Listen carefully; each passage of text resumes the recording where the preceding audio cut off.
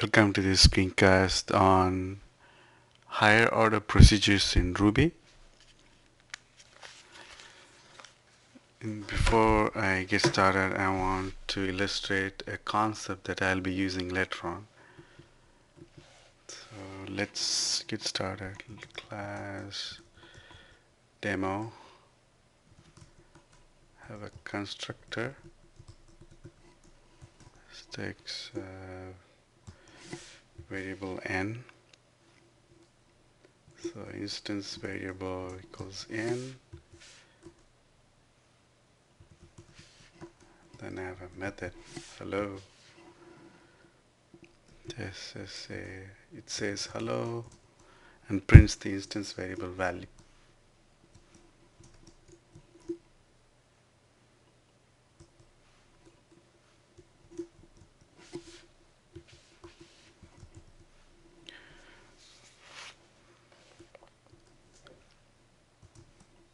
Create an instance of demo.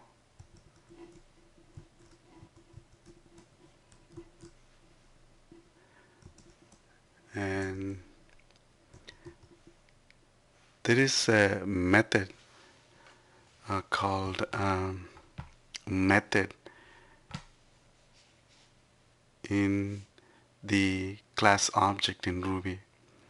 So that's what I want to illustrate here. K dot method, and then you give the name of the method as a symbol, and then you can call this later. When you call the method with this as the receiver, this call actually returns a method object, method with a capital M object. This method object acts as a closure in this case, this particular object's instance. So instance variables and the value of self remain available. So let's see it in action. So I want to call this, since it's a method object.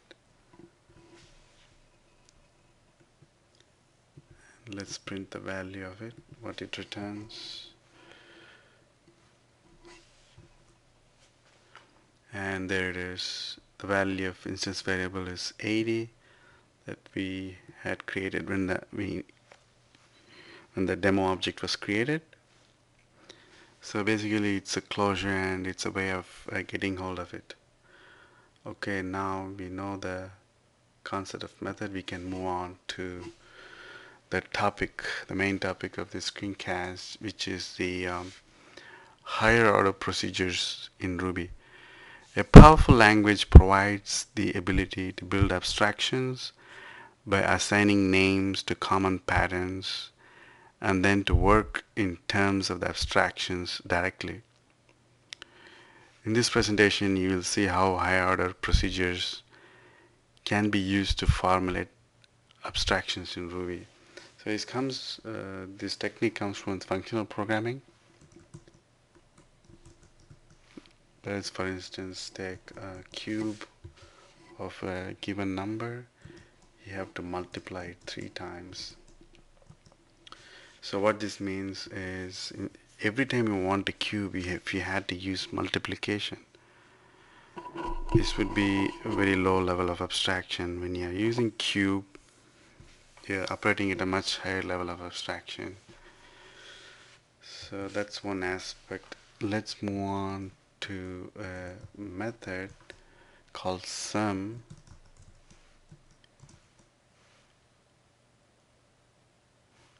Sum cubes. I want to sum the cubes first.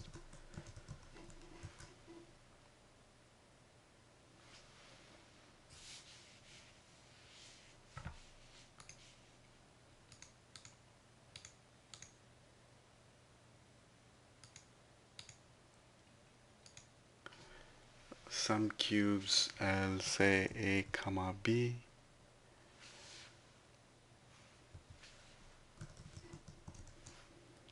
Return 0. It's going to be a recursive call. So this is the exit condition for the recursion to terminate.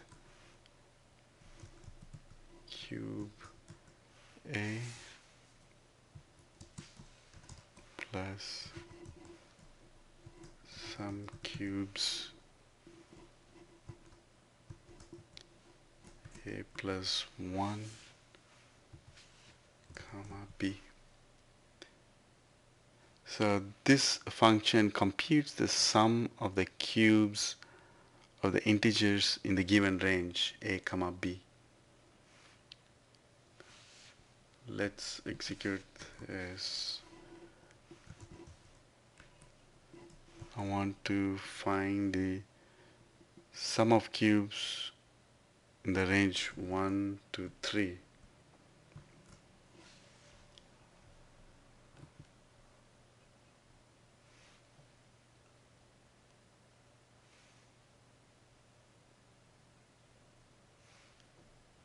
Some cubes, there should be some cubes, and the answer is 36. Okay, now what I would like to do is I have another function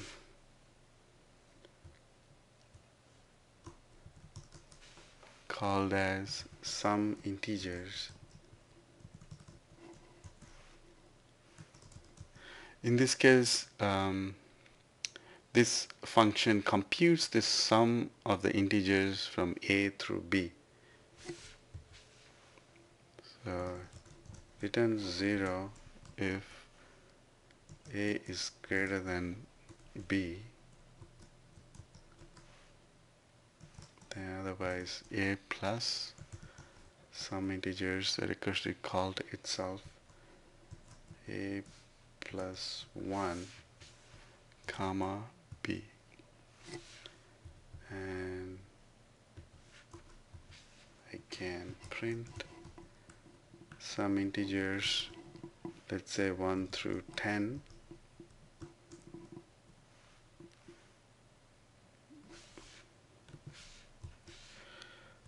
Let's run this. So you see the answer is 55.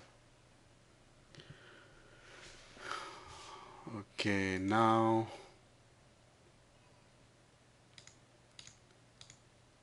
let's consider another function.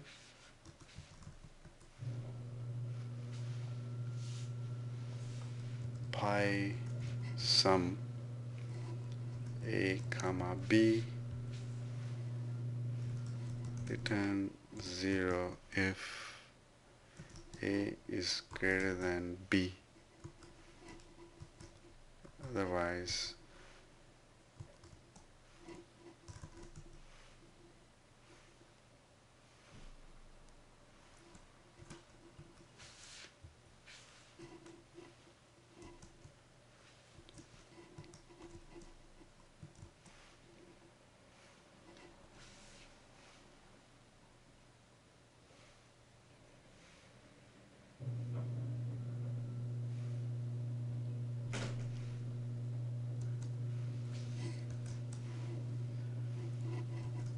pi sum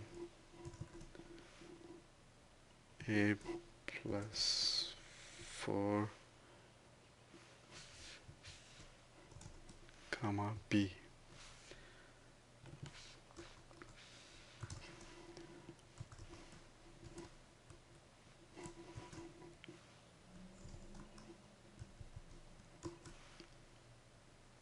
So this function computes the sum of a sequence of terms in the series which converges to pi by 8 very slowly. This basically is 1 over 1 times 3 plus 1 over 5 times 7 plus 1 over 9 times 11 and so on.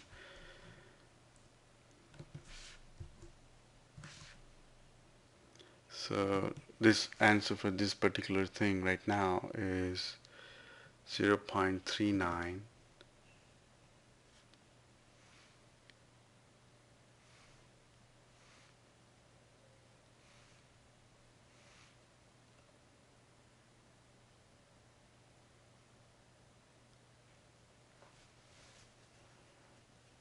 times 8.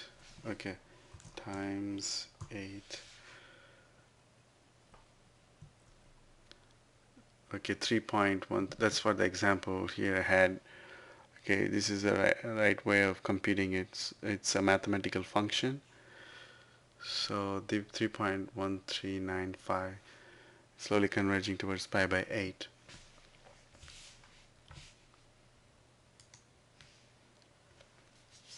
So the procedures are in effect abstractions to describe compound operations on numbers independent of the particular numbers. So we had a cube function.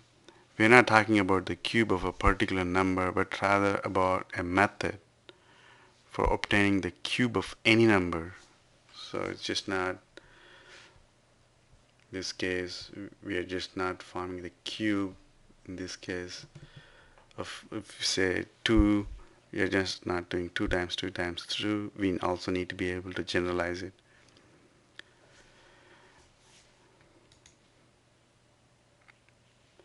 So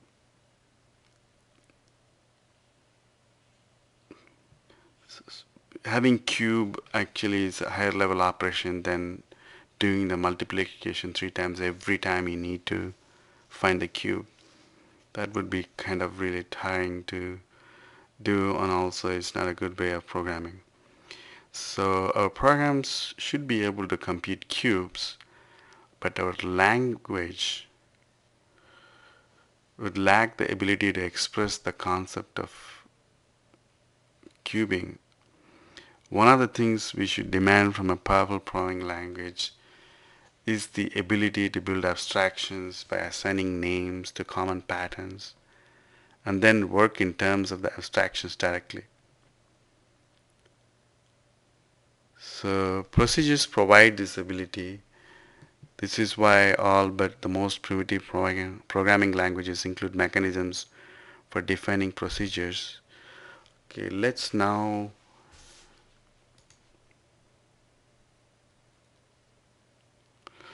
in numerical processing, we'll be limited in our ability to create abstractions if we are restricted to procedures whose parameters must be numbers. Often the same programming pattern will be used with the number of different procedures. To express such patterns as concept, we will need to construct procedures that accept procedures as arguments or return procedures as values. Procedures that manipulate procedures are called higher order procedures. Okay, that comes to the definition. Okay, now we'll see how higher order procedures can serve as powerful abstraction mechanisms, increasing the expressive power of our language. So now comes the part where we can use procedures as arguments.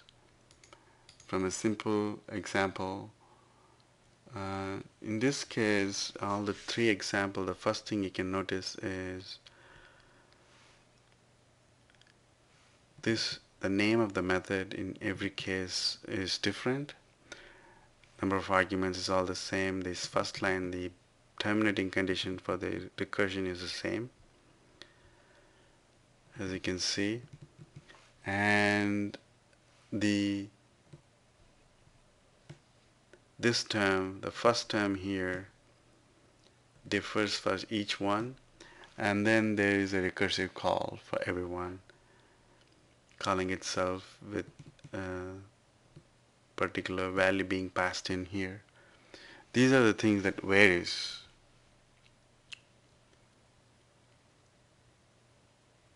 Okay. So basically, once we identify these things are structured this way, this is the structure of this of these 3 functions. You have a name, and it returns 0 if A is greater than B. And then you have some term of A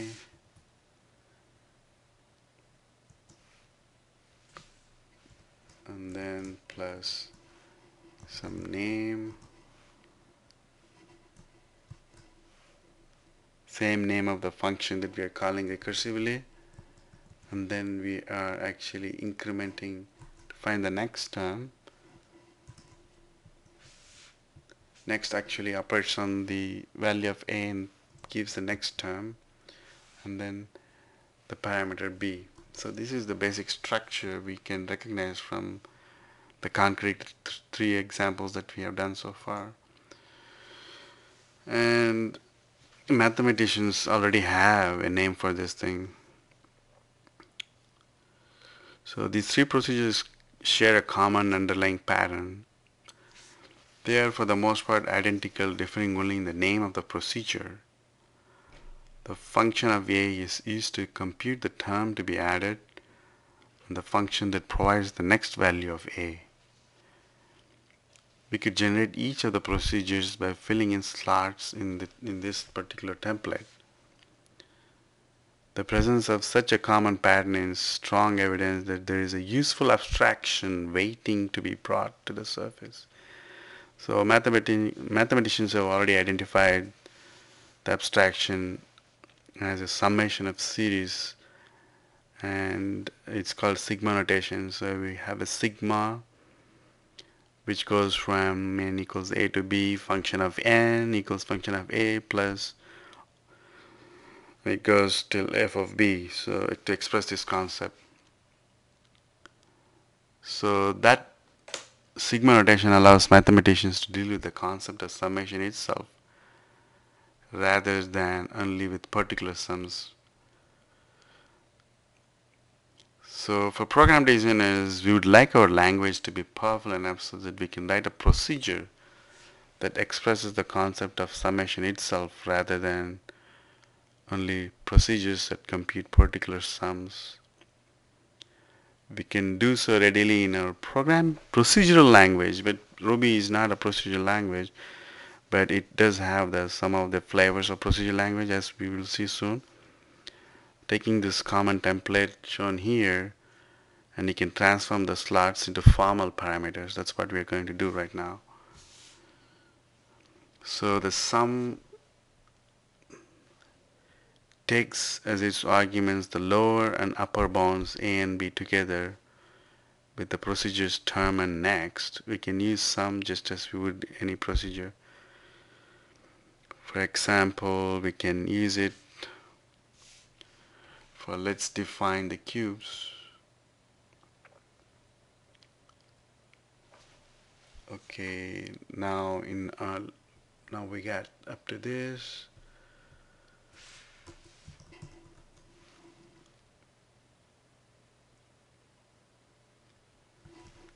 Sum is the name. So we have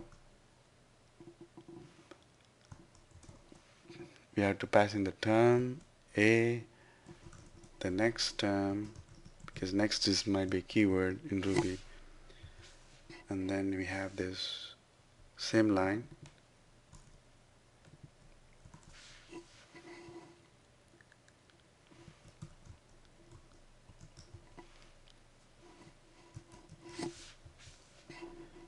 You're using term.call. We are using blocks here.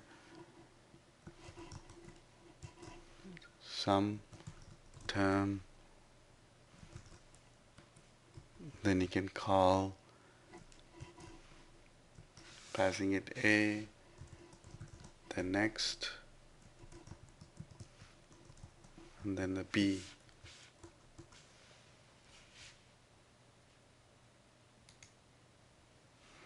So now let's do the summing of cubes. I'm going to comment out these things.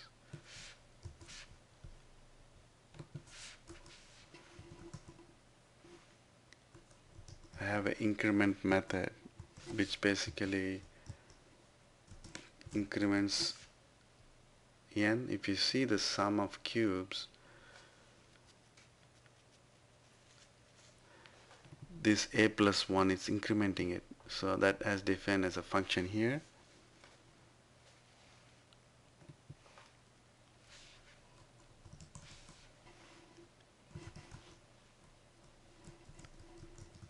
Cubes, I want to cube A and B.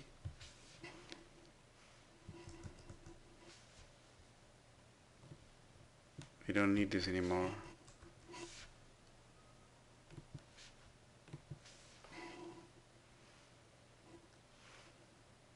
Cube equals, now we are going to use the method object and provide the symbol.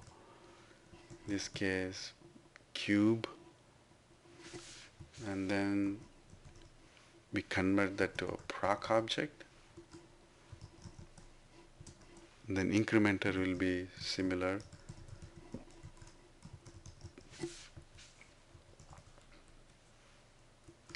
And then we'll call the sum method.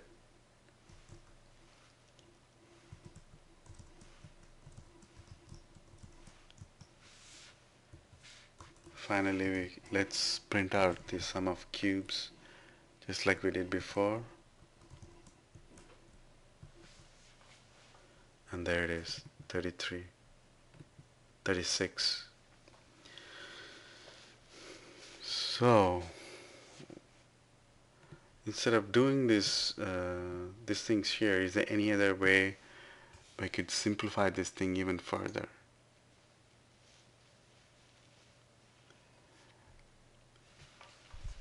We'll come to that next. Before that, let's move on to the sum of the integers, how that would be solved. So that would be, you have identity that returns x,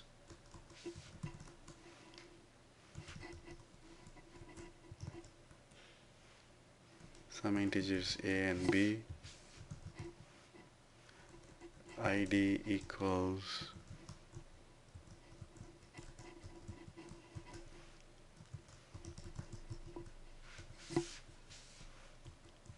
converted to proc,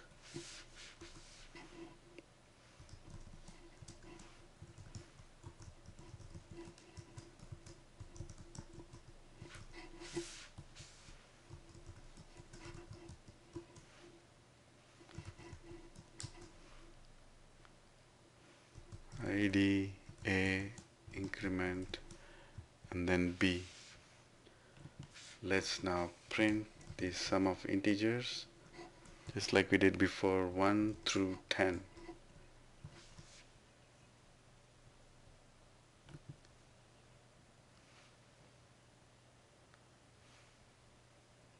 Oops, it should be increment.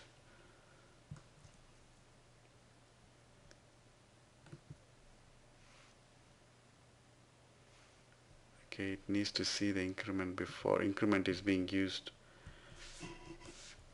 by both cubes,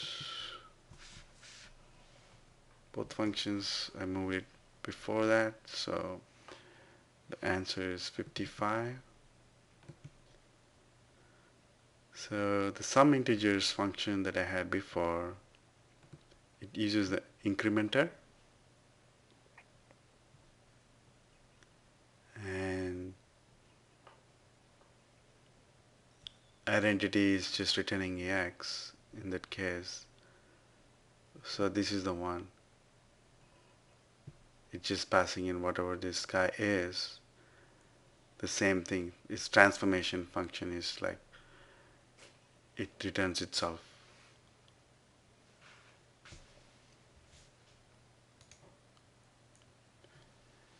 We could do the same thing for the third function also, but we already have an idea of what these things are now. We're first finding the term. Term is the first concept here.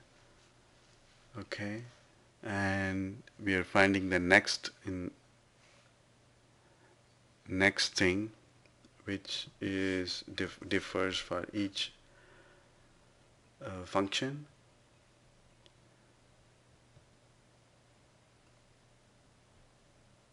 Next element is this guy is incrementing for both cases.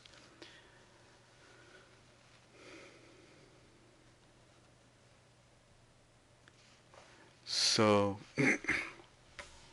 how do we simplify this even further?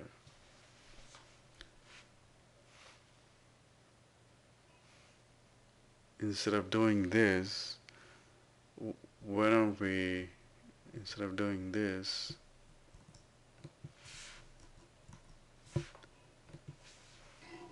we can actually, those things are nothing but lambdas. So we can do this.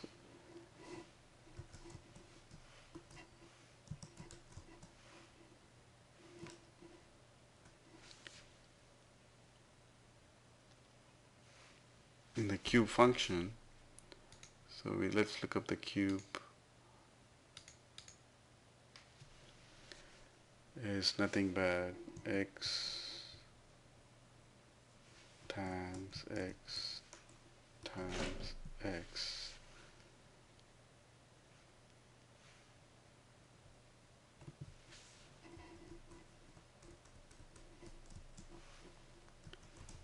Yeah, a and then another lambda.